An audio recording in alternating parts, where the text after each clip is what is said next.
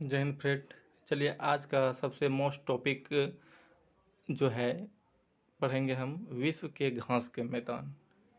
किस देश में, किस महाद्वीप में किस घास के मैदान को क्या कहा जाता है, जो बार बार एग्ज़ाम में पूछा जाता है उसको चलिए बस 5 से 6 मिनट में इसको आराम से देख लेते हैं।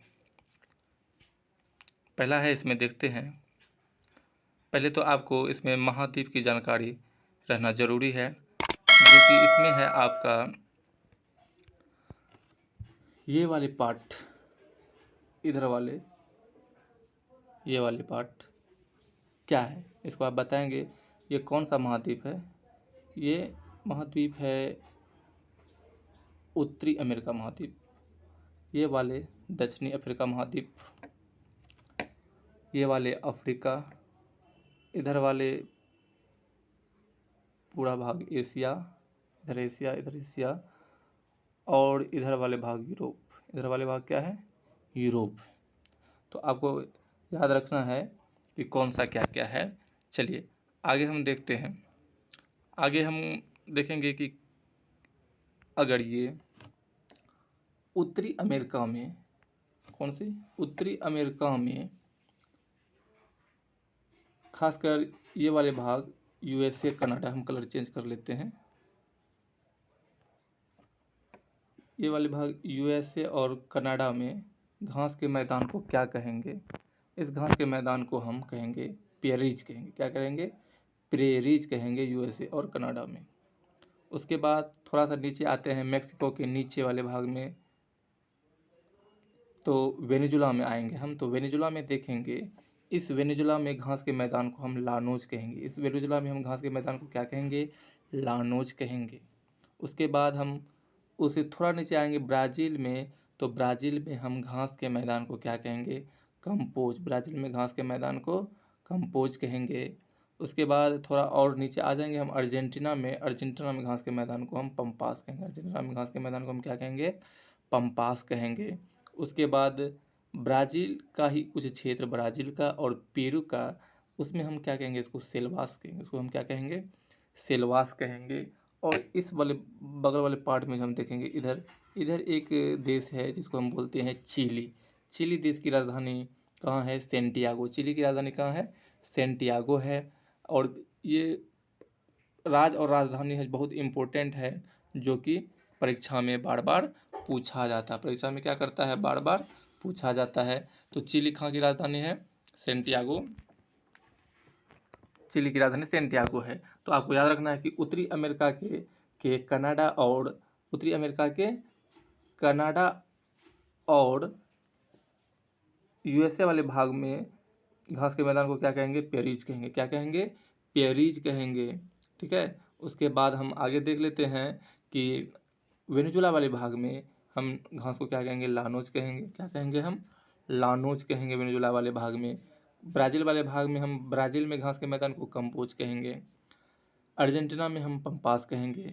ब्राज़ील और पेरू में हम क्या बोलेंगे? इसको सेल्वास कहेंगे। तो ये था हमारा अमेरिका महाद्वीप का, उत्तरी और दक्षिणी अमेरिका महाद्वीप का। और आपको याद रखना है इनमें कि जो हमारा जो इसमें है ब्लू कलर में लिखा हुआ, हमारा किस कलर में लिखा हुआ? ब्लू कलर में लिखा हुआ जो ये वाले भाग में है, ये ठंडी यानी शीतोष्ण घास के मैदान। और ये वाला लाल लाल कलर में जो लिखा हुआ है, लाल लाल कलर में, ये कैसी है? ये वाले उष्णकटिबंधीय घास है। ये वाली भी उष्णकटिबंधीय घास है आपकी। हाँ, तो उष्णकटिबंधीय घास याद रखना है। आगे इसमें हम देखेंगे अभी कि अब देखेंगे यूरोप में घास के मैदान को हम क्या कहेंगे? यूरोप में घास के मैदान को हम क्या कहेंगे? यूरोप में घास के मैदान को हम पुष्टाज कहेंगे। यूरोप के घास के मैदान को हम क्या कहेंगे? पुष्टाज कहेंगे। ठीक है। उसके बाद दक्षिण अफ्रीका में घास के मैदान को, दक्षिण अमेरिका में घास के मैदान को हम क्या कहेंगे? वेल्ड कहेंगे। दक्षिण अफ्रीका में घास के मैदान को क्या कहेंगे? वेल्ड कहेंगे। उसके बाद सवाना में घास के मैदान को अफ्रीका में सवाना कहेंगे। अफ्रीका में क्या कहेंगे? सवाना कहेंगे। अफ्रीका में हम क्या कहेंगे? सवाना कहेंगे। उसके बाद आप देख लो एसटी बीच जो है, ये वाले घास के मैदान जो है, ये वाले घास के मैदान, इसको हम क्या बोलते हैं? एस्टिबीज कहते हैं, जो यूरोप एशिया के सम्मिलित क्षेत्र में, यूरोप और एशिया के सम्मिलित क्षेत्र में यहाँ जो जो भी देश आएगा वहाँ घास के मैदान को क्या कहेंगे? एस्टिबीज कहेंगे। एस्टिबीज विश्व की रोटी की टोकरी है, विश्व की रोटी की टोकरी है, यूरोप व एशिया में सम्मिलित रूप क्षेत्र में पाया जाता है। चीन में घास के मैदान को मंचूरिया कहेंगे। चीन में घास के मैदान को क्या कहेंगे? हम मंचूरिया कहेंगे। चीन में घास के मैदान को हम क्या कहेंगे? मंचूरिया कहेंगे। उसके बाद ऑस्ट्रेलिया में घास के मैदान को, यहाँ वाले भाग में ऑस्ट्रेलिया में घास के मैदान को डाउन्स कहेंगे। न्यूजीलैंड में घास के मैदान को हम क्या कहेंगे?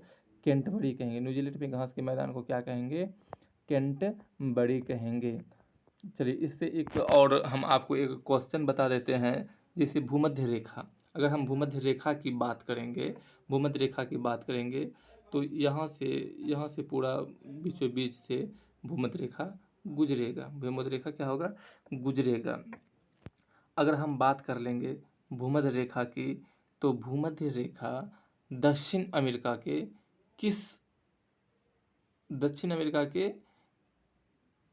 किस राज्य से गुजरता है? दक्षिण अमेरिका के किस किस राज्य से गुजरता है? तो आपको सिर्फ आज दक्षिण अमेरिका के 3 देश याद रखना है, बाकी उतना लंबा बोलने पर याद नहीं रहेगा। 3 याद करना है, फिर दूसरे दिन 3 याद कर लेंगे, 4 याद कर लेंगे, इस तरह से हम आगे बढ़ेंगे।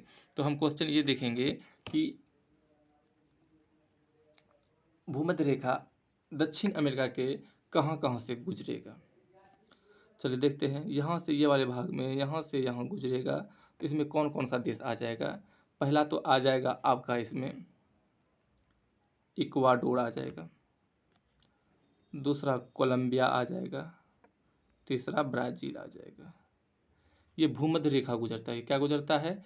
भूमध्य रेखा इस देश से गुजरता है। तो आपको याद रखना है कि भूमध्य रेखा किस देश से गुजरता है। कुछ याद रहे ना रहे, आपको याद ये रखना है कि दक्षिण अमेरिका के जो देश हैं उनसे एक इक्वाडोर हो गया, एक कोलंबिया हो गया और ब्राज़ील से गुजरता है भूमध्य रेखा। 3 यहाँ से याद करना है। 3 आपको याद कर लेना एशिया से। 3 याद कर लेना कहाँ से? एशिया से। एशिया में इस वाले पार्ट में आपको याद कर लेना है, इसमें कौन कौन सा आता है? एक आता है मालदीव, एक आता है मालदीव, एक आता है इंडोनेशिया, एक आता है किरिबाती। एक क्या आता है? किरिबाती। आपको याद हो गया होगा, आपको क्या बताए थे कि अगर हम भूमध्य रेखा किन किन देश से गुजरता है, तो आप लगभग 13 देश गुजरता है। तो आपको 13 देश याद नहीं करना एक बार में, आपको पहले 6 देश याद करना, 7 देश फिर बाद में याद करेंगे। पहला देश अगर हम बात करेंगे, पहला ये दक्षिण अमेरिका से जो गुजरता है, दक्षिण अमेरिका से जो गुजरता है, पहला देश क्या करेंगे हम, जो दक्षिण अमेरिका से गुजरता है, इधर से जो गुजरता है, तो उसको 3 याद रखेंगे। आप मेरे साथ बोलिए, दक्षिण अमेरिका में भूमध्य रेखा किन किन देश से गुजरता है? तो पहला देश आपका हो जाएगा इक्वाडोर। पहला देश क्या हो जाएगा? इक्वाडोर। दूसरा क्या होगा? कोलंबिया। Ecuador, Colombia. और तीसरा क्या हो जाएगा? तीसरा आपका हो जाएगा ब्राज़ील। यानी दक्षिण अमेरिका के 3 देश भूमध्य रेखा गुजरता है। यानी भूमध्य रेखा किस देश से गुजरता है? इक्वाडोर, कोलंबिया और ब्राज़ील। चलिए एशिया में चल जाते हैं, ये अफ्रीका भी छोड़ देते हैं, एशिया में चल जाते हैं। एशिया में कहाँ से गुजरता है, किस किस देश से? तो आपको याद रखना है, एक मालदीव, क्या रखना है? Maldives, Indonesia, Kiribati. Indonesia, Kiribati. तो 3 कितना हो गया? 6। तो आपको याद हो गया, 6 देश आपको याद हो गया। तो एक बार आप 6 देश के नाम बता दीजिए, बोलिए मेरे साथ, या मेरे साथ साथ बोलिए आप। 6 देश, 6 देश कौन कौन होगा? 6 देश कौन कौन होगा? तो 6 देश कौन कौन सा होगा, आप बोलिए। तो 6 देश होगा आपका, पहला इक्वाडोर, उसके बाद कोलंबिया, उसके बाद ब्राज़ील। अगर हम बात करेंगे फिर आपका इधर एशिया से, तो मालदीव, इंडोनेशिया, किरिबाती। 3 6 हो गया।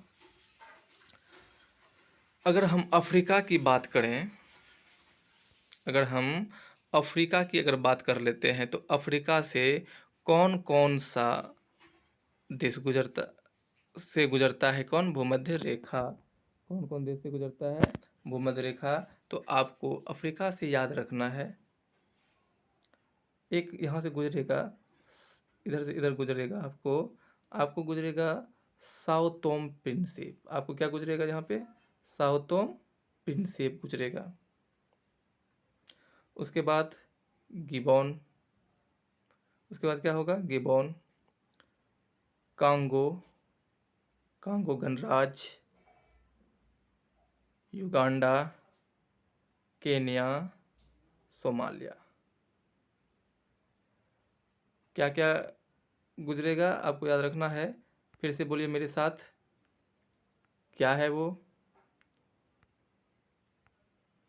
क्या है, आपको बोलना है, क्या था, साओ टोम प्रिंसिप, साओ